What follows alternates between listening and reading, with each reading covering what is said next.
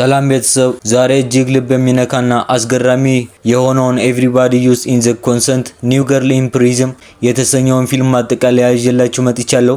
ወደ ታሪኩ ከመግባታችን በፊት እንዲህ አይነት አዝናኝ የፊልም ማጠቃለያ ሁልጊዜ እንዲደርሳችሁ ሰብስክራይብ ማድረግ እንዳይረሳ። ቪዲዮውንም ከወደዳችሁት ላይክ በማድረግ ጀምሩ። አሁን ቀጥታ ወደ ታሪኩም የሚጀምረው ጸጥ ባለ መኖሪያ መንደር ውስጥ ሲሆን አና የተባለች አንዲት ወጣት ልጅ በመኝታ ክፍሏ ውስጥ ቼሎ ትጫወታለች።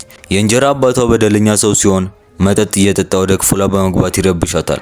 ቼሎንም ከእጇ ቀምቶ ሊደፍራት ይሞክራል። በዚያም ጊዜ አና በሁለት እግሯ በመግፋት ትቃወመዋለች። እሱም ተንገዳግዶ የአበባ ማስቀመጫው ላይ ይወድቃል። በከፍተኛ ሁኔታ ደም መፍሰስ ይጀምራል። በመጨረሻም አና በድንጋጤ ተመለከተችው መሬት ላይ ዘረራ።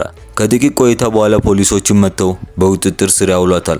ፖሊስ ጣቢያ መረጃው ከተመዘገበ በኋላ ፍርድ ቤት ትቀርባለች። ንጹህ መሆኗን ብትገልጽም ዳኛው ከ4 እስከ 9 ዓመት በታዳጊዎች ማረሚያ ተቋም እንድትታሰር ይፈርድባታል። አና ከሌሎች ወጣት ታራሚዎች ጋር በአውቶቡስ ወደ ተቋሙ ታመራለች። እዚያም በሌሎች ታራሚ በደስታ አቀባበል ይደረግላቸዋል። እንደደረሱም የጥበቃ ሰራተኞች የማረሚያ ቤቱን ዩኒፎርም እንዲለብሱ ያዛቸዋል። በመቀጠልም አዲሶቹ ታራሚዎች በአንድ ክፍል ውስጥ ይሰበሰባሉ። የክፍል ኃላፊ የሆነው ፍራንክ ራሱን ካስተዋወቀ በኋላ ደንቦችን ያብራራላቸዋል። አናም ወደ ክፍሏ ትወሰዳለች። እዚያም ላለፉት 5 ዓመታት ተቋሙ ውስጥ የቆየችው ጂኒ የተባለች ዝምተኛ የክፍል ጓደኛ ታገኛታለች።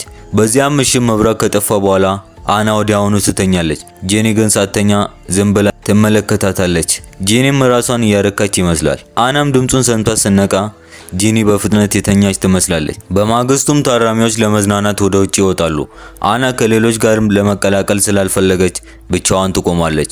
ኮዲ የተባለች ታራሚ ቀርባ ጓደኛ መሆን እንደሚችሉ ትነግራታለች። በዚያም አስቸጋሪ የማረሚያ ቤት ሁኔታ ውስጥ ለመኖር የቡድን ጥበቃ እንደሚያስፈልጋት ትመክራታለች።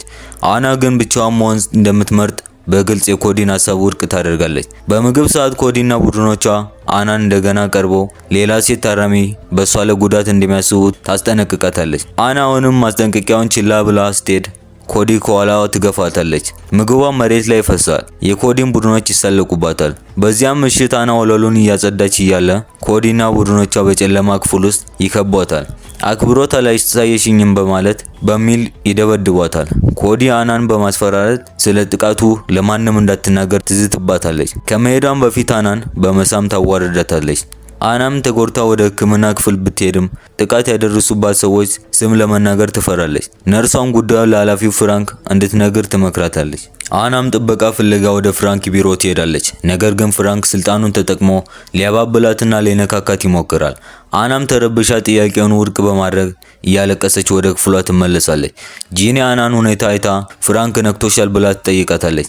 በዚህም የተበሳጨችው አና በማረሚያ ቤቱ ያሉት ሰዎች ባለጌዎች ትላቸዋለች። ጂኒ ግን ልታጽናናት ትሞክራለች። ስለ ማረሚያ ቤቱ ታብራራለታለች። በመጨረሻም ጂኒ የአናን ውበት ታደንቃለች። ሁለቱም ይሳሳማሉ። በማግስቱ አና ስትከታተል የነበረችው አንዲት ጥቁር እስረኛ በጭንቅላቷ ላይ ኳስ በመጣል ልታስፈራራት ትሞክራለች። አናም በንዴት ተሞልታ ወደ ኮዲ ቡድን በመሄድ አባል መሆን እንደምትፈልግ ትነግራታለች። የቡድን አባል የሆነችው ሴት ልታስቆማት ስትሞክር ጠብ ይነሳል። ጠባቂዎችም መጥተው ቢለያቸውም አና ለራሷ ለመቆም ያላትን ቁርጠኝነት ታሳያለች። በኋላ ላይም ኮዲ ለአና እድል ለመስጠት ትስማማለች። ነገር ግን አባል ለመሆን የጥቁሯን ሴት መደብደብ እንዳለችባት ትነግራታለች። እናም በቪዲዮ እንደሚቀዳ ትነግራታለች። አናም ተገዳ ትስማማለች። ሄዳም ሴቷን ትመታታለች። ይህ ወደ ትልቅ ጸብ ያመራል። እንደ ቅጣት አና ልብሷን ተገፋ በጨለማ ክፍል ውስጥ ለ47 ሰዓት በብቸኝነት እንድታሳልፍ ትደረጋለች። ቅጣቱም ሲያበቃ ፍራንክ ወደ ቢሮ ይጠራታል። ፍራንክም ስልጣኑን በማሳየት ትዕዛዙን ካልፈጸመች የባሰ ቅጣት እንደሚጠብቃት ያስጠነቅቃታል። በፍራቻም የተዋጠችው አና ለፍላጎቱን እንድትገዛ ያደርጋታል። እሱም በሷ ላይ ይረካል። አናም በዚያ ተሸማቃ ገላዋን በመታጠብና በማስመለስ ስሜቷን ለማውጣት ትሞክራለች። በማግስቱም አና የኮዲን ቡድን አባል መሆኗን የሚያሳይ ንቅሳት በእጇ ላይ ትነቀሳለች። ሌሎች ከወጡ በኋላ ኮዲ አናን ከሷ ጋር የፍቅር ግንኙነት እንድታደርግ ታስገድዳታለች። ኮዲም ጥበቃ እንደምታደርግላት ቃል ትገባላታለች። በዚህም ማላ አንዲት ታራሚ ልታያቸው ስትል ኮዲ ታባራታለች። ብዙም ሳይቆይ አንድ ጠባቂ አናን ወደ ክፍሏ ለመውሰድ ይመጣል። በማግስቱም ጠዋት አና ከእናቷ ጉብኝት ይደርሳታል። ነገር ግን ከእናቷ ማበረታቻ ከማግኘት ይልቅ እናቷ በአና ላይ ትጮህባታለች። እናቷም የእንጀራ አባቷን ሆን ብላ እንደገደለች ትወቅሳታለች። አናም ለማስረዳት ቢሞክርም ሰሚ አታገኝም። እናቷም በንዴት ተሞልታ ትመታታለች። ጥበቃ ሁኔታውን ለማረጋጋት ጣልቃ ቢገባም እናቷ አናም እድሜ ልክ እንድትታሰር እንደምትመኝ ትነግራታለች። ከዚህም ክስተት በኋላ አና ከኮዲ ቡድን ጋር ትቀላቀላለች። ሆኖም ያቺ ቀደም ብላ የነበረችው ጥቁር ታራሚ አናም በቢላ ለመውጋት ትመጣለች። ይህም ወደ ሌላ ትልቅ ግጭትና ውከት ያመራል። ጠባቂዎቹ ግጭቱን ለማስቆም ጣልቃ ይገባሉ። አናም እንደገና ወደ ፍራንክ ቢሮ ትወሰዳለች። ፍራንክም በክትትል ካሜራ ግጭቱን አይቶን አናን ጸብጫሪ ነች በማለት ይከሳታል። በመቀጠልም አደንዛዥ እጽ የተሞላ ቱቦ እንድትወስድ በማድረግ አእምሯን እንዲታወክ ያደርጋታል። አናም በእጹ ተጽዕኖ ስር ያለች ፍራንክ እንደገና ጥቃት ያደርስባታል። ወደ ክፍሏም ስትመለስ ባህሪዋ በከፍተኛ ሁኔታ ይለወጣል። በጂኒም ላይም ትጮህባታለች፣ በንዴት ትመታታለች። ይህም ጠባቂው ለፍራንክ ሪፖርት ያደርገዋል። ፍራንክም ሁኔታውን እንደገና ለራሱ ጥቅም ያውለዋል። አናም ተጨማሪ ጥቃት ከሚያደርስባት ይልቅ ወደ ቤቷ እንዲመልሳት ብትለምነውም ፍራንክ ግን ካልታዘሽ ወደ ባሰ ማረሚያ ተቋም እንደሚያዘዋውራት ያስፈራራታል። አና ጠፈንታዋን ተቀብላ ወደ ክፍሏ ትመለሳለች። ቀደም ብሎ ለወሰደችው አደንዛዥ እጽ ተገዢ መሆን ትጀምራለች። አና ከኮዲ ተጨማሪ እጽ እንዲሰጣት ትጠይቃታለች። ኮዲ ግን እምቢ ስላለቻት ጠብ ይነሳል። አና ብቻዋን መሆን እንደምትችል ለኮዲ ትነግራታለች። በኮዲ ላይም ትተፋባታለች። በዚህም ምክንያት ኮዲ ከቡድን ታባራታለች። አሁን ጥበቃ ያጣችው አና ለጥቃት ትጋለጣለች። ያቺም ጥቁር ታራሚ እና ጓደኞቿ ሽንት ቤት ውስጥ አድብተው በመያዝ በከፍተኛ ሁኔታ ይደበድቧታል። አናም በሕክምና ክፍል ውስጥ ሕክምና ካገኘች በኋላ ወደ አደንዛዥ ሱስ በበለጠ ትገባለች። በሱስ ምክንያት ዙሪያዋ ላይ ያሉ ሰዎች ፊታቸው ተለውጦ ይታያታል። በመጨረሻም በእጇ ላይ ዴድ የሚል ንቅሳት ተነቀሰች። አና በህመም ምክንያት በከፍተኛ ሁኔታ ስታስመልስ ጂኒ የሱስ አማካሪ እንድታናገር ትመክራታለች። አና ግን ሀሳቧን በንቀት ውድቅ ታደርጋለች። በኋላ ላይም አና ሽንት ቤት ውስጥ የደበደበቻትን ሴት ትጋጠማታለች። ግጭቱም ከቁጥጥር ውጪ በመሆኑ ጠባቂዎች ጭምር ይቆስላሉ። ልዩ ኃይሎች መጥተው ሁከቱን ያስቆማሉ። አናም እንደገና በብቸኝነት እንድትታሰር ትደረጋለች። ከእስር ስትወጣ ኮዲ መታ ጂኒን ታሾፍባታለች። አና ግን ኮዲን በመቃወም እንግዲህ ጓደኛም ጠላትም እንዳልሆኑ በመንገር እንድትተዋት ትነግራታለች። በዚያም ምሽት ጂኒ አናን በማጽናናት አብረው ጊዜ ያሳልፋሉ። በማግስቱ ጂኒ አናን ከእጽ እንድትርቅ ብትመክራትም አና አልሰማም ትላታለች። አና እጹን ልትወስድ ስትል ኮዲ መታ እንድታቆም ትለምናታለች። ይህ አናን የበለጠ ያበሳጫታል። ጩኸትና ሁከት ይፈጠራል። ልዩ ኃይሎች እንደገና ይጠራሉ። ፍራንክ ሁኔታውን ለማረጋጋት ሲሞክር አና በተሰበረ ጠርሙስ ራሷን እንደምትጎዳ ትዝታለች። ጠባቂዎችም ጠርሙሱን ለመቀማት ሲሞክሩ ፍራንክ ፊቱ ላይ ይቦጭራል። አናም በኃይል ተይዛ ልብሷን ተገፋ እንደገና ለረጅም ጊዜ በጨለማ ክፍል ውስጥ እንድትታሰር ትደረጋለች። ተስፋ በመቁረጥ ውስጥ ያለችው አና የምግብ ሳህን ሰብራ ራሷን ትቆርጣለች። ደም እየፈሰሰች ያገኛት ጠባቂ የሕክምና እርዳታ እንድታገኝ ይጠራል።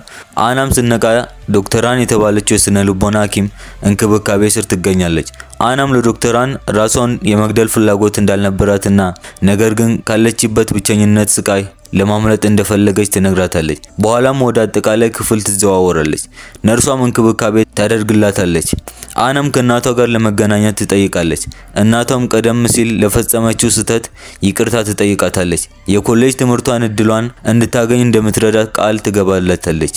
አናም ተስፋ ማግኘት ሲጀምር ፍራንክ እንደገና ወደ ቢሮ ይጠራታል። ደህና መሆኗን በመግለጽ ወደ ቀድሞ ክፍሏ እንድትመለስ ያዛታል። ወደ ክፍሏም የተመለሰችው አና ለውጥ የሚያስፈልጋት ይመስላታል።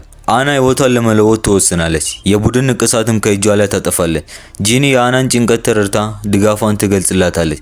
በምሳ ሰዓት ኮዲና ቡድኖቿ አናን በማሾፍ ብቻን በመሆኗ ይሳለቁባታል። በዚያም ምሽት አንድ ጠባቂ አናን ፍራንክ ቼሎን ይዞ ወደሚጠብቅበት ትንሽዬ ክፍል ውስጥ ይወስዳታል። ፍራንክ በማረሚያ ቤቱ ባለስልጣናት በተዘጋጀው የቼሎ ማሳያ ታለንት ላይ እንድትሳተፍ እድል ይሰጣታል። መጀመሪያ ላይ ባታምንም በመጨረሻ ትስማማለች። አና ቼሎን ስትጫወት ለጥቂትም ቢሆን ትዝናናለች። ነገር ግን በማግስቱ ነገሮች እንደገና ወደ መጥፎ አቅጣጫ ይለወጣሉ። አናም ሞትሻል የሚል ማስታወሻ ይደርሳታል። ኮዲና ቡድኖቿ አድብቶ በመያዝ ንቅሳቱን በማጥፋቷ የተሰማቸውን ቁጣ ይገልጹላታል። ኮዲ አናም ፊት በምላጭ ትቆርጣታለች። ቡድኗም እንዲደበድቧት ታዛልታለች። አናም ለሕክምና ወደ ሕክምና ክፍል ትወሰዳለች። ፍራንክም እዚያ መጥቶ ኮዲን እንደሚቀጣት ቃል ይገባላታል። ነርሷም የፍራንክን ንክኪ ተገቢ እንዳልሆነ ብትረዳም ዝም ትላለች። ፍራንክም ከወጡ በኋላ ነርሷ ፍራንክን መጥፎ ተግባር ለሚመለከተው አካል ሪፖርት እንደምታደርግ ለአና ትነግራታለች። ሆኖም ፍራንክ በክትትል ካሜራ ንግግራቸውን ሰምቶ ነበር። በመሆኑ አንዲት ታራሚ ነርሷን እንድትገል ያዛታል። አናም የነርሷን መሞት ስትሰማ በከፍተኛ ሁኔታ ታዝናለች። ፍራንክም እንደገና ወደ ቢሮው ጠርቷት ለነርሷ ሞት ተጠያቂ ኮዲ እንደሆነች ይነግራታል። ፍራንክም ስለ ኮዲ አደገኝነት ያስጠነቅቃታል። ከዛ የችሎታ ማሳያውን ጊዜ ያስታውሳታል። በዝግጅቱ ላይ አና ቼሎዋን በሚገርም ሁኔታ ትጫወታለች። ከተመልካችም ከፍተኛ ጭብጨባ ታገኛለች። ከዝግጅቱም በኋላ ፍራንክ ለምስጋና በሚቀጥለው ወር የይቅርታ ቦርድ ስብሰባ እንደሚያዘጋጅ ይነግራታል።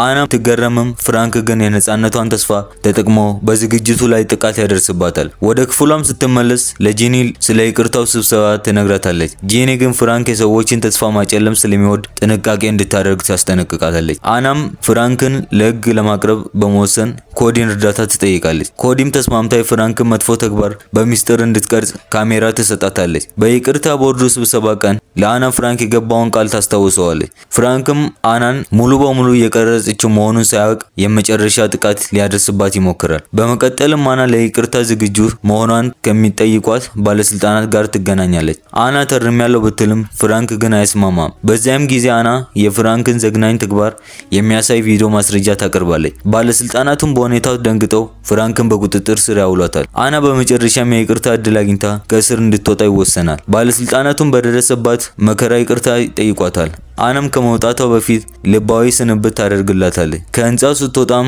ኮዲ ላደረገችላት እርዳታ ታመሰግናታለች። ከደጅ እናቷ በደስታ ትቀበላታለች። በመጨረሻም ትዕይንት ላይ አና በብዙ ህዝብ ፊት ቼሎዋን ስትጫወት ትታያለች። እናቷም የልጇን ጥንካሬና ከጨለማ መውጣቷን አይታ በእንባ እየታጠበች ትመለከታታለች። እና ታሪኩ በዚህ ያበቃል።